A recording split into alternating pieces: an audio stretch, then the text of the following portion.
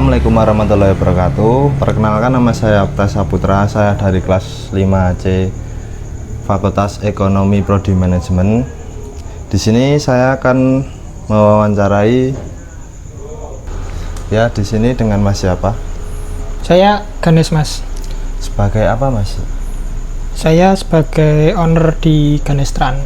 Nah, saya di sini akan menanyakan sedikit pertanyaan. Dalam bisnis Mas itu kan melibatkan karyawan banyak juga ya, seperti sopir kayak gitu.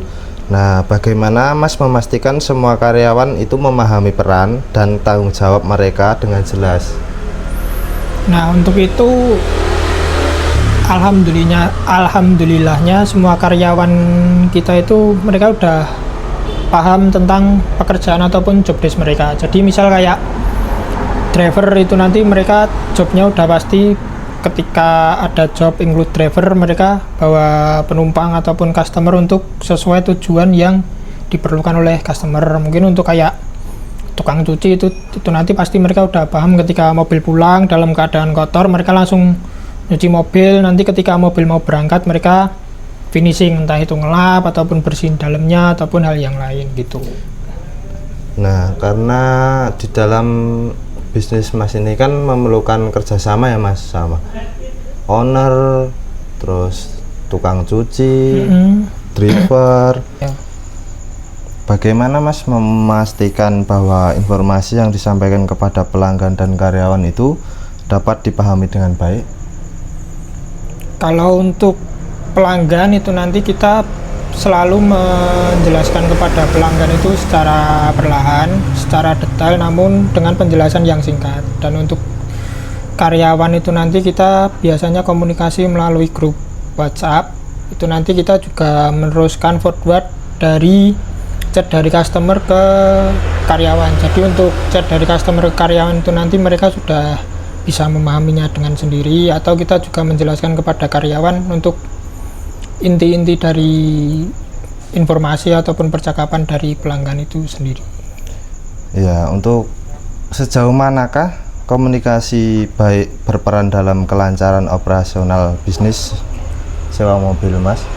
Untuk kelancaran komunikasi itu kita selalu lancar melalui grup WhatsApp tentunya, dan juga kita setiap mau kerja ataupun mungkin kita sebutnya langsiran mobil itu kita selalu koordinasi dulu di grup. Mungkin nanti biasanya nanti mengambil mobil pertama itu nanti rutenya kemana, terus nanti kemana, itu kita selalu koordinasi melalui grup WhatsApp.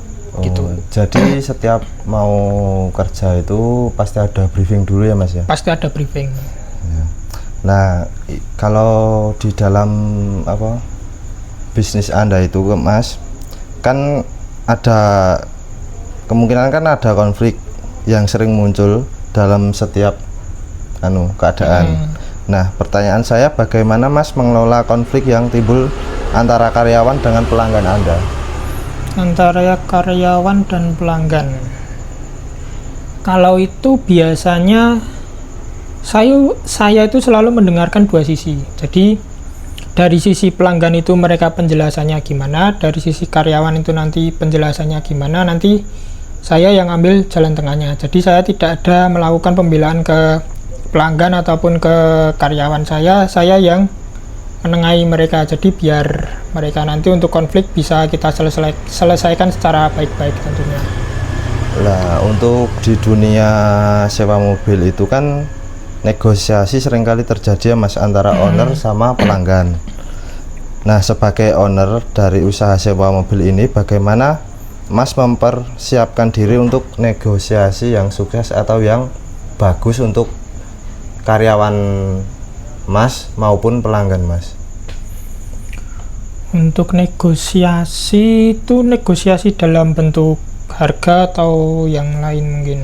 Ya, mungkin kan dari segi bisnis Anda kan sewa mobil, jadi kan pasti ada harganya. Nah, mungkin dari harga itu gimana? Mungkin kalau dari harga itu, kalau untuk negosiasi itu rata-rata customer biasanya tetap nego untuk harga sewa yang lepas kunci ataupun include driver. Nah, Saya biasanya itu mengatasinya dengan memberikan beberapa opsi pilihan ke customer. Misalnya mereka mau include driver pakai Innova Reborn ke Jogja misal 2-3 hari.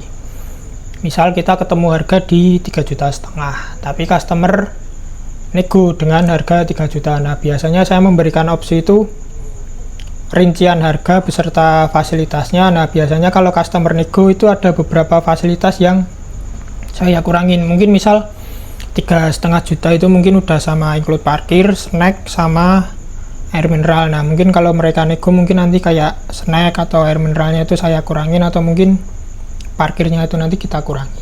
Membangun dan mempertahankan kerjasama tim. Nah, itu biasanya kita sebelum langsiran ataupun sebelum closingan mobil itu kita kumpul dulu di garasi, mungkin bisa dibilang entah dari sore ataupun udah malam, kita kumpul buat ngobrol ataupun saling tukar pikiran buat bisa kedepannya itu lebih baik gimana. Terus nanti biasanya kita sebulan sekali juga ngadain buat entah piknik bareng ataupun gathering. Nah, tujuannya itu semua itu adalah kita biar selalu kompak, satu sama lain, tidak ada yang bahasa Jawanya itu tidak ada yang saling perkewo, terus satu sama lain itu juga saling terbuka. Jadi kita udah kayak keluarga kalau di garasi itu. Ya, untuk bisnis Anda ini ada sosial medianya, Mas? Untuk sosial media kita ada di Instagramnya itu sewa mobil _Sukoharjo. Untuk di TikTok kita juga ada. Untuk di TikTok itu kita udah namanya itu Ganestran, sama ada di Twitter. Kalau di Twitter itu masih akun pribadi saya, jadi saya nggak bisa bilang. Mungkin nanti kalau kebetulan ada yang main Twitter ataupun terus lihat kok ini ada profilnya ada tulisan sewa mobil Sukoharjo, nah itu berarti punya saya gitu.